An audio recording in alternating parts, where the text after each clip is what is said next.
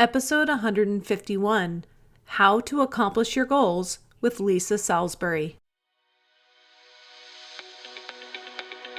Welcome to Latter-day Life Coaches, the podcast where each episode is a conversation between me, Heather Rackham, and one of my amazing coach colleagues.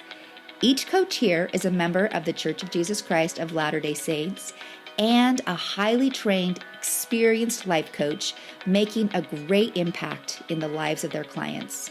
And together, we have one main goal, helping you live your best life no matter what. You ready for this conversation with a coach? Here we go. We all have goals we want to accomplish in our life. Some goals are big and some are small, but no matter the size, all goals need certain ingredients to make sure they are accomplished. Coach Lisa Salisbury is no stranger to goal setting, as she is a weight loss coach and her clients come to her with the goal to lose weight. But what they leave with is so much more. Lisa is on the podcast today talking about how all goals have a sweet spot to accomplishment that lies between too hard and too easy, how planning for the obstacles with curiosity is key to dealing with them, that support is different than accountability in accomplishing your goals, and how the number one person you need support from in making your goals come about is always yourself. Goals are what help us grow and progress, but there are great ways to accomplish goals which will make the process more enjoyable and fun.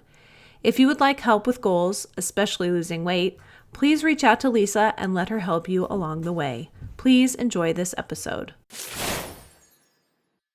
Hello, everybody. Welcome to the podcast today. I am so glad to have Coach Lisa Salisbury with me. Hey, Lisa. Hi, Heather. Thanks for having me. Oh, thanks for being here. Lisa's been on before, and I love getting the chance to talk with coaches again. And so today, this conversation will be different from the other posts or conversations we've had, but it will link to those other ones in our show notes too, so people can find that easily. But before we get started, Lisa, can you share a little bit with us about you? Yeah. So I am a life coach. I focus primarily on health and weight loss. I'm also a certified health coach. So I get to really dive into why we're eating when we're not hungry. Primarily, that's what I work on, right? It's all those reasons like sadness and frustration and overwhelm and celebration. And then we eat, and so that we can tamp down those feelings. So I really, really think about women and helping them figure out how to eat when they are physically hungry, how to tune into their bodies in that way, and really how to do this all without counting and calculating their food, because from my background, that's what just really sent me over the edge with a lot of anxiety, is feeling like I had to eat the exact amount of calories or the exact amount of macros that were given to me by some outside source. And it was just a lot of anxiety trying to meet those numbers. And interestingly, I just had a client like last week say, well, I started to log my food on an app again for a lot of reasons. He was doing this, and he's like, after a couple of days, I just felt all this anxiety about seeing the calories and having to enter the portions. And I'm like, yeah, don't do that. That's why you're working with me. We have enough anxiety in our life with other things, right? We do not need one more thing that we are inducing upon ourselves. Yeah. So I just really teach people how they can have a better relationship with food and also lose weight without doing all of that. I just say, ditch your diet app and come get some coaching from me. And we can definitely, the client I just got off of, she was like, it's so great. Like, I really do feel different in my clothes with a 20-pound weight loss. And I'm like, did you hear what you just said? That's so exciting. She's, just kind of glossing over because it just felt easy for her because she's just incorporating the tools into her lifestyle. So that's kind of the coaching that I do. As personally, I'm married. I have 4 kids, 3 of whom are in college.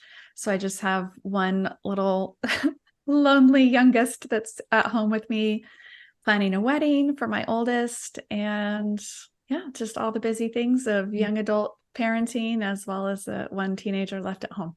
And I live in Northern California. your story sounds, well, your household sounds like mine. 3 kids in college, 1 lonely child at home. Did they, like, my 3rd child left to college this fall, and I think my daughter that's left at home felt completely, it was like rip your heart out, like so sad for her to be the only one here. Yeah. And my one left at home is a little bit of a loner when it comes to the house. Like she just really prefers to do her homework in her room. And so a lot of days it feels like it's just me. So I just sit in my office and record my podcast and do my thing. So, oh yeah, I have my own podcast too, by the way, too, as far as introducing myself. That's part of what I do. It's the Eat Well, Think Well, Live Well podcast. Awesome. That will get linked in our show notes as well. Make it easy for people to find you. So anyway, we'll share more about how you can find Lisa at the end, but I want to just get going here. I have a couple questions I would love to ask you so we can just learn more and expand our brains, because I'm always all for that. So many people set several goals throughout their lives, like about health and weight loss, but they aren't successful achieving them, right? Obviously, people are coming to you because they are wanting help with that. Why do you think it's so hard for us to reach our goals, achieve our goals? So it's a really loaded question, really. I think there's so many things that can contribute. A couple things I wanted to really dive into today with goal setting. Number one is we either make it way too easy or way too difficult. So we think that if we have a really easy goal, that it will be easier to achieve it. But how lofty your goal is actually impacts how likely you are to achieve it. And if you ever listen to the Huberman Lab podcast, recently he was talking about this, and he said, most people believe the easier your goal is, the more likely you are to achieve it. But actually, the opposite is shown to be true. If a goal is too easy to achieve, it doesn't recruit sufficient amounts of the arousal network that involves the amygdala and a bunch of other brain structures, which of course Huberman will teach you all about, and I won't. But it's this arousal network that gets people into the necessary actions to continually pursue the goal. And this has a lot to do with the neural circuitry shift that's involved in neuroplasticity. And I'm sure we've talked about this with other coaches on the podcast, is this is how change occurs, is because brains have neuroplasticity. We have this option to change. But if it's much too easy, your brain doesn't bother changing. And so you don't ever really achieve the goal. And if it's much too hard, then you can't sustain the effort for that long. And so really finding that kind of sweet spot of creating that neuroplasticity change, but also recruit, not getting it to be so hard that you can't sustain it. Okay, so I love that explanation. It's like, I always love a scientific answer to things, and that is a great one, right? It helps us really understand both sides of that. But how do we determine if something is in the sweet spot then? Like, how do we keep from being too easy or too hard? How do we figure that out?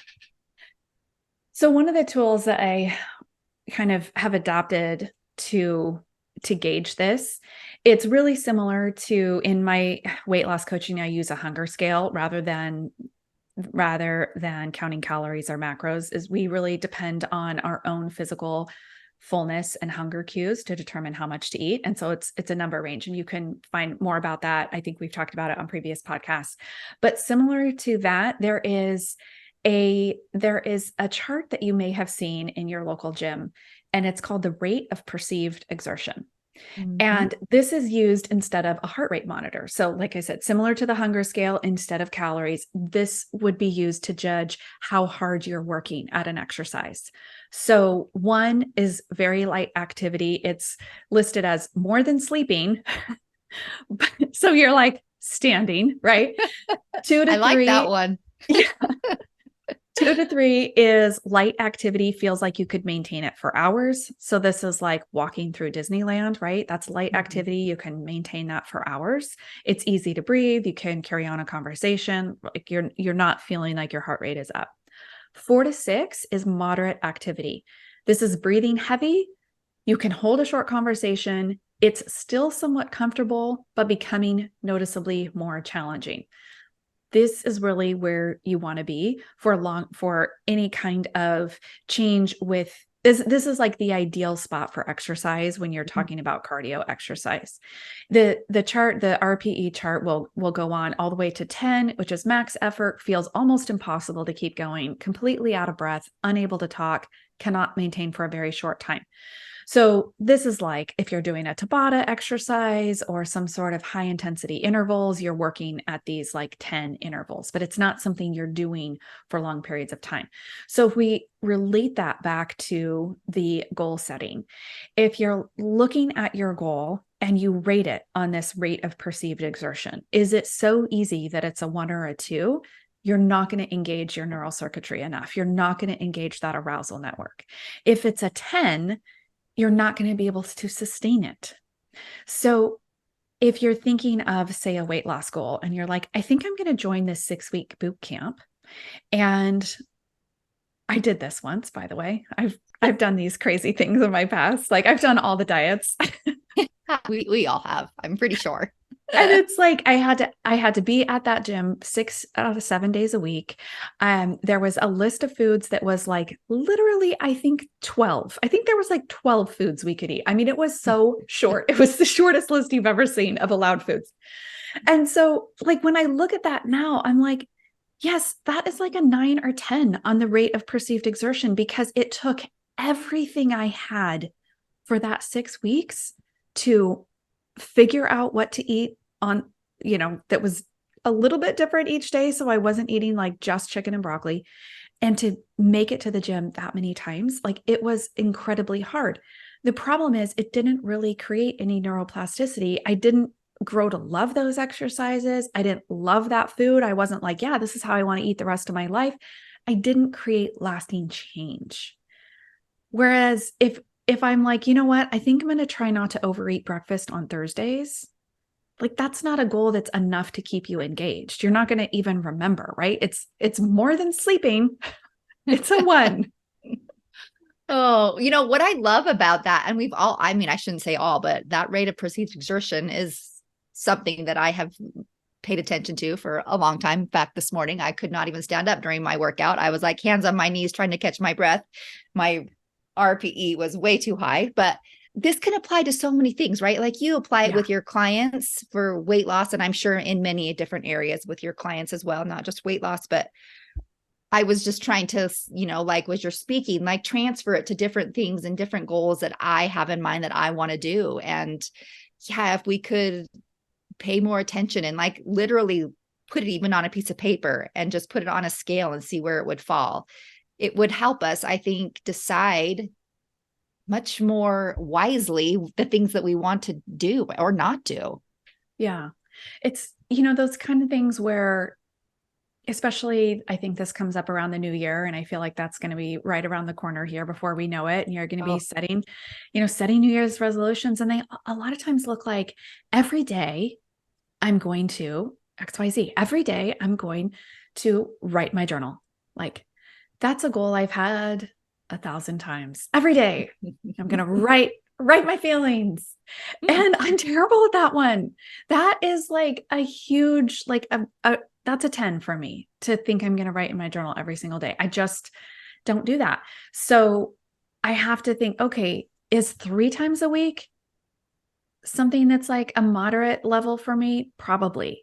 And so it would be interesting for me to set a goal like that. That's because we've all had those like everyday kind of goals. Every day I'm going to do this. And that's often just basically too difficult to engage the right neural circuitry as well as have any kind of sustaining power. Yeah. I think too, and maybe we're getting off topic here, but like we have to take a look at our, that number on that number scale and see perhaps where it falls for us. But it's also really important to understand the why behind the goal that you're trying to set. Like if your why behind wanting to write in your journal every day, I think every day is where we all get into trouble. Anytime we put that in, it's like for sure not going to happen. But like if the why behind it is because I have to, because somebody told me I was supposed to, it's never going to be the motivator, right? But if your why Mhm. behind it is something that really is important to you, then it makes a big difference. I think we really have to check our why. Yeah. I That's funny because I actually did recently set an everyday goal and I have hit it. And I'm going to tell you Good why. job. Because, well, it's because my why is so strong. Mm. So I've got a dog, and delightful as she is, it's a long story, but she, having to do with a bladder infection some time ago, she got into the habit of peeing in the house at night. Well, Mm. how do you manage that? Like, I'm asleep. I'm a very good sleeper. I do not wake up. So I wake up Mm. and there's pee in my bedroom. Like, it's very frustrating. And I decided, because so when I took also my third child to college this year, and when I got back, my cute little dog sitter, who is actually like a seventh grader, she's so adorable. She's like, "Oh, we just love Roxy. She's so fun." And I took her on 2 walks a day, and I think she saw my eyes like bug out of my head, and she's like, "Just like 10 or 15 minutes each time." And I'm like, "Is that the answer?" Because she didn't pee in their house. Mm. And so I was like, someday I want new carpet. I've been living on this same carpet for 12 years and it's getting a little worn, except for that I'm not going to put new carpet in until I figure out this peeing at night problem. And it's Mhm. very intermittent, which is also part of the problem. So it's hard to identify. Anyway, so from that day, I was like, she's getting 2 walks a day, minimum one. So that's where I gave myself the grace, is I'm like, 2 walks a day is the goal, 1 walk a day minimum. And this is going for, I used to walk her about 3 times a week. I'm pathetic. I know. Like, if you No. own a dog, walk your dog, but whatever. She's like a little fluff ball, so I didn't think Mhm. she needed it. That dog has not peed in the house since then. And so when you're like, I think the why is really important. This is a long story to say. The why for me is like really intense, because I'm Mhm. like, it's not good. I do not want that in my house. Like, Yep. it's very, very important to me that I fix this. And my husband, actually, just a couple days ago, he's like, "You've been really good. Like, there's lots of evenings that I'm like, no, I am not doing that. And you go anyway." I'm like, "Yeah, because I want new carpet." Like, that's my Yep. ultimate why, is Yep. that in the next couple years, I want to say, it's been a year since she peed in the house. I'm ready to buy new carpet. So Mhm. yeah, the why really matters. Yeah. And it's a great example too, a great story. So thank you. Hopefully Roxy continues her Yes, non-peeing in the house streak. Okay. So we know we need to identify our why, have a strong why. Sometimes, however, there are those goals that are 9 or 10 on the exertion scale that we're going after, right? How how can we make that? How can we do it? How do we achieve those goals in a more manageable way? Yeah, because we can't just be like, well, all goals have to be manageable. I think there's a concept within the life coach school, which is the impossible goal. And so what can we do? It's kind of that age old advice. You break it into smaller chunks. Mm. You have to break it down, because if you just look at your goal like, okay, I'm going to earn $1 million, like, that is an impossible goal. That is, those earning goals always strike me to, for some reason. I'm not a business coach. Oh I'm yeah. sure the business coaches are going to be like, "Oh, here we go. This is how you do it." And that is the thing, is in order to make it a 5 or 6, is you hire the right people. You find the right coach, you find the right mentors, you watch the right videos, you do little action goals each week, each month. And so every time you've got one of those impossible goals, you have to break it down into goals that are on that 5 or 6, Mhm. because it does, I think the name of it is kind of the point, the impossible goal. If we're not sure even how to do it because it's a 10, you're like, I can't even sustain this amount of work for this for very long, then we won't, I don't think, be able to really get there. Yeah. I think it's so that phrase impossible goal is, my brain actually kind of rejects it. I think a lot of times because it is a lot of times that phrase is tied in with money goals or things like that. And I'm with you a little bit. My brain just doesn't, it's not motivated by that. But if we can think of other things, impossible goals, it can be so fun to like have them out there in our mind lingering and like dreaming about them. And then obviously taking the time to break it down into smaller, like for you, like you want new carpet, like that might have seemed like an impossible goal a long time ago, right? But like you had to break it down. You knew that one piece of having new carpet, not saying that a carpet is an impossible goal, but like one piece of having new carpet was like you needed to reach this one little small goal too, which was to have a dog that wasn't peeing on your carpet on a regular basis, right? Like that was another thing. Another part of it might be, and saving the money to also have the carpet, right? Like we have to break it down into things. But it can be really fun to anticipate that new carpet someday, or that trip that you want to go on, or if it is the amount of money you want to make, it's just fun to have them out there, but it's not fun if you can't break it down in your brain. Yeah. And weight loss often seems like an impossible goal. And a lot of times it's because we've tried so many times. A lot of clients that come to me, they're like, well, here's all the diets I've tried in the past. I'm like, normal. That's very, very normal, typical. So first, I, of course, normalize that. So if that's you, don't worry. But it feels impossible because you've never been able to do it in the past. So one thing I think to determine as far as it being, a 9 or 10, is it a 9 or 10 because your brain is like, well, here are all the ways that you failed this in the past.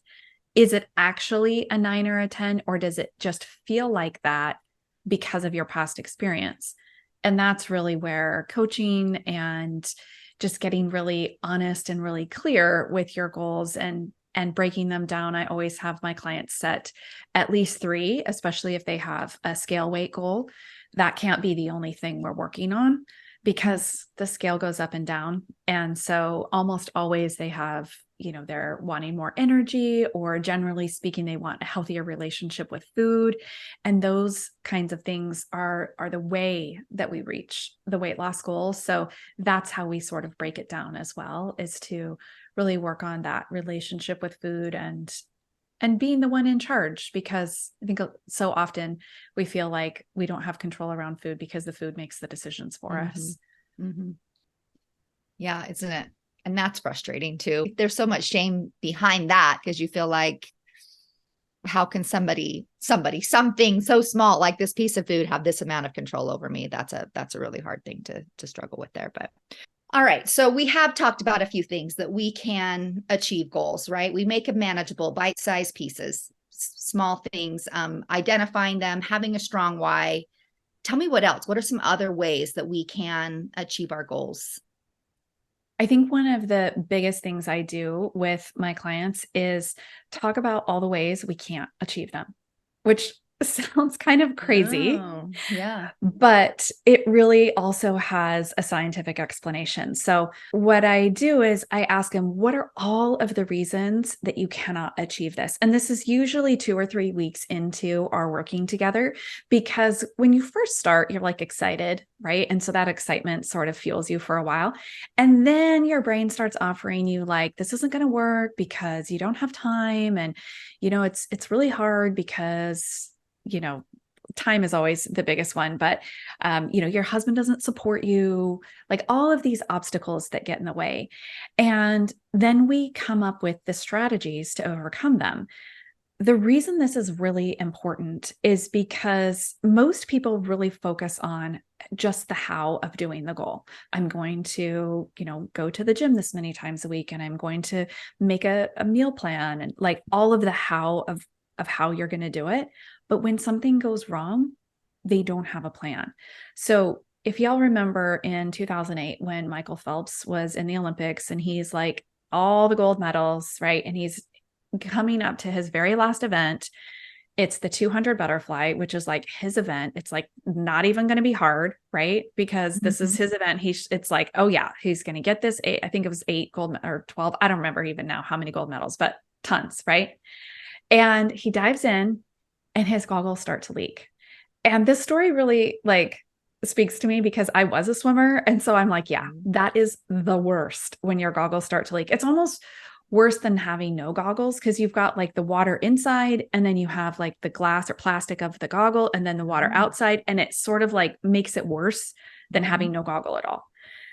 So he's swimming, and by the third length is he hits the wall at the third length and goes for his turn, and he's completely blind, according to him later. Like at this turn, he cannot see anything. And so he goes, it's his last length, and he wins. We all know he wins, right? How does he do that? It's because he had planned for this obstacle and had a strategy.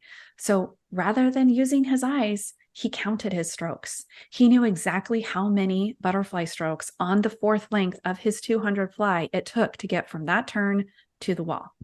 He did it. I mean, it's like he can do it with his eyes closed, like literally he could do it with his eyes closed, because he practiced, because his coach was like, took his goggles right at a key time in other races, or he would practice without goggles at all. He would practice putting them on poorly, and so they would leak when he dived. Like he did all of the practice to know what to do when this obstacle came about. So he had the strategy. If my goggles leak, I will count my strokes. And so this is the thing. Holidays will come up. Bridal showers will come up, like all these events. And especially coming into the holidays, people are like, well, I can't lose weight now because I've got all these events. Like that is an obstacle. And we need to have a strategy for those things. What are we going to do ahead of this event? How are we going to continue working on our goals during this thing? What if I don't have time? And a lot of times people will, when I'm asking them, okay, what are the obstacles? They'll give me thoughts. Well, like, I don't have time. That's a thought. And a lot of our listeners right now are like, no, that's true. I don't have time to reach my goals.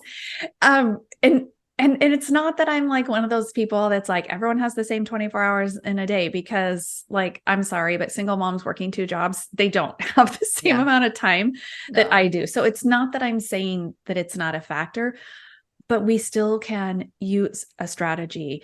And so what we want to do is, if you find that you have a lot of thoughts as your obstacles, we want to put those into a model and see what the action is.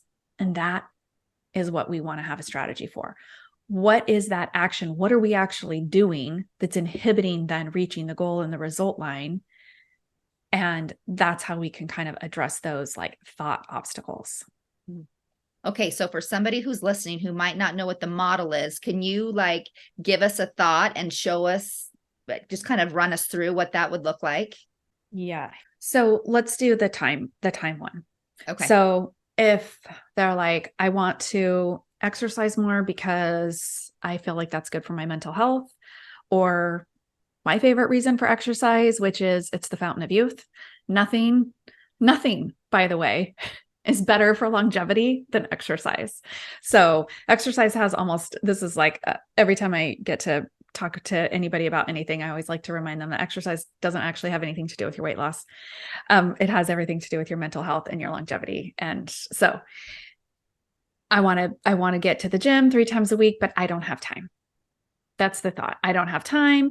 And then in our feeling line, we're feeling defeated or we're feeling hopeless.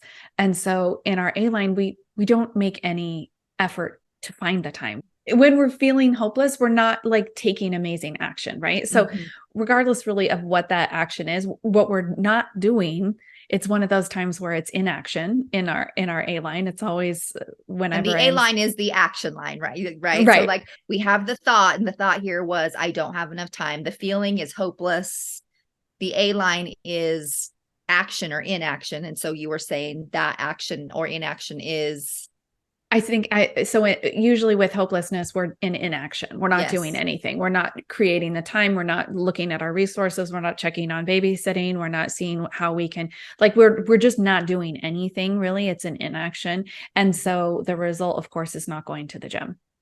And so what we want to look at is, okay, I'm not doing anything in the A line area. I'm not doing anything in order to make a change in how to achieve this. So what would I need to do what would my actions need to be in order to get to the gym? Because the result is I exercise for my mental health.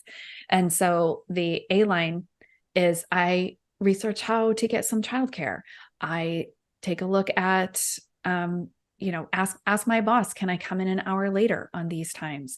Like just getting creative, getting curious. Mm-hmm. Always curiosity is one of the best ways to strategize. I think it's one of the best emotions to cultivate for these strategies, and list as many as you can think of.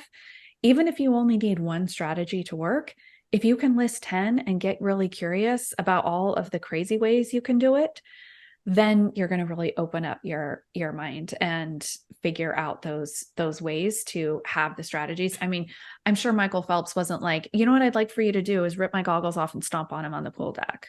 But that's what his coach did.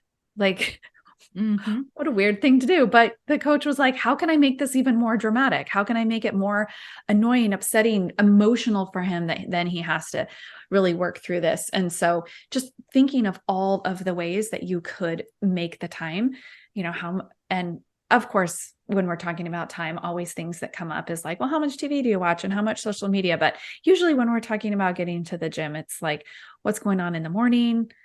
How can we get enough sleep and get up early to get there? Like just getting curious about all the ways to do it. Can I work out at home?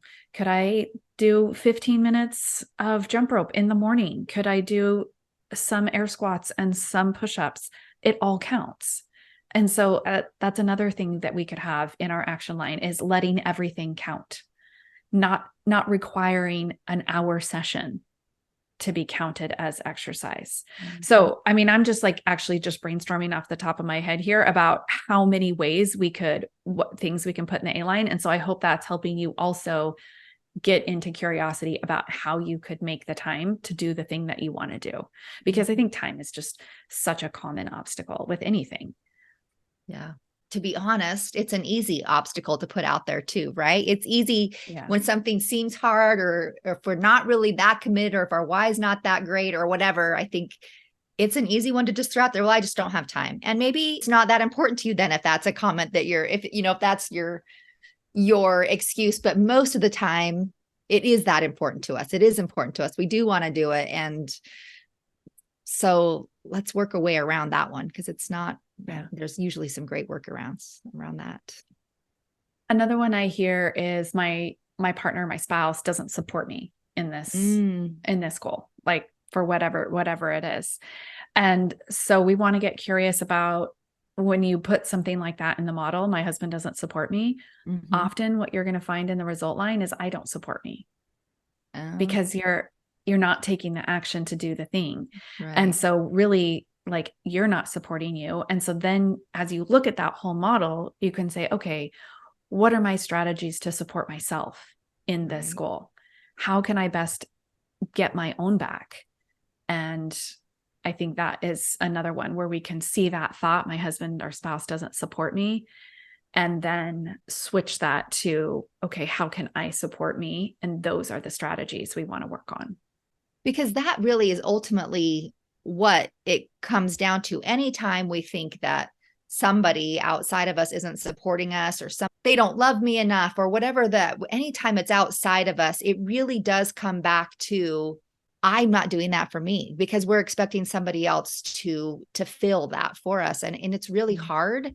And it doesn't really work that way. Like it doesn't work to have other people support us or to have somebody else love us. Like we get to do it first. Yeah. And that's different, by the way, than having like accountability. If you're like, I would really like for someone that I can say, hey, I've done this, or having a coach that you're accountable to. And that's different than having that person support you. Of course, your coach is going to cheer you on, but if you're not feeling supported by your spouse, you have to check and make sure you're feeling supported by your own self. Yeah. And it's quite a bit different than wanting some accountability and some assistance. That's a different kind of relationship. For sure. All right. I love talking goals. I love talking all the things. I'm a checkbox person. I love to be able to check the lists off of things. So this is always a a good time for me to talk about achieving goals. But before we leave, I would love for you to tell people where they can find more of you. Yeah. So definitely on my podcast, it's the Eat Well, Think Well, Live Well podcast. I do lots of solo episodes, sharing a lot of tools that I share with my clients. So I'm not really holding anything back there. One of my private goals for my podcast is for people to lose their first 5 pounds just listening to the podcast. Like, I hope it's that good that you are taking something every week and can implement it. So I really love doing that. In October, I did a Back to Basics series. So I think that will all be up by the time this episode airs. So you can really get a lot of the basic tools that I teach in that series. And then I'm on Instagram, not as often as I should be, but there's a lot of stuff on there. But sometimes I boycott social media for a little while, but there's so much on there. A lot of new content, a lot of information about the podcast, but just a lot of fun stuff. And that's well_with_Lisa. Awesome. Thank you so much. And thank you to all of you who have listened today. And we love that you spend time with us, and we hope that you will spend time with us again next week. Thanks, Lisa. Thank you. Hey, we just wanted to thank you for spending part of your day here with us at Latter-day Life Coaches and being part of this conversation. Share this with your friends so that you can have a conversation with them on this topic as well. And as always, subscribe so you don't miss a single episode. Have a good one, my friends.